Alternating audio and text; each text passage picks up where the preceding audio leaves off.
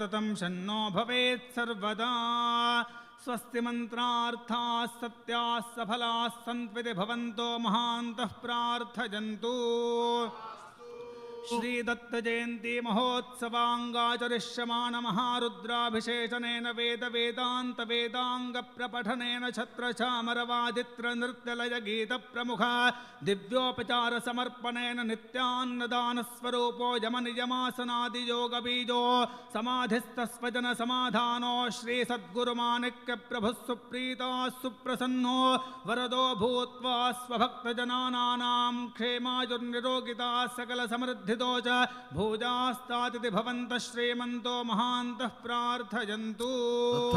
श्री सच्चिदानंद माणिक्य प्रभुरजं दुष्टदमन शिष्ट संरक्षण स्वरूप स्ववाक्पालन पुरस्सरं सन्मार्गगानां श्रेष्ठ सज्जनानां च समस्त सन्मंगलदो विचिकित्सा चिकित्सको च भूजातिथि भवन्तः श्रीमन्तो महान्तः प्रार्थयन्तु तथास्तु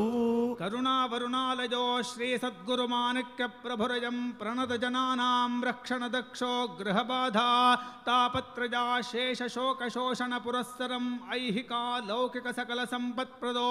अविच्छिन्न सत्संतानदो च भोजास्तातिथि भवन्तः श्रीमन्तो महान्तः प्रार्थयन्तु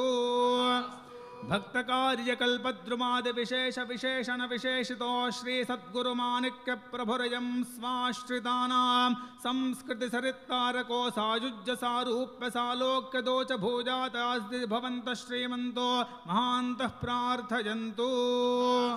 चतुस्सागर पर्यन्तं गोब्राह्मणेभ्यः शुभं भूजात् इत्यभ्यर्थयन्तु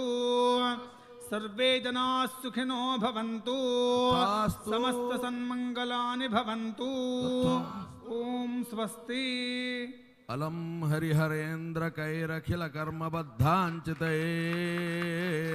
नमः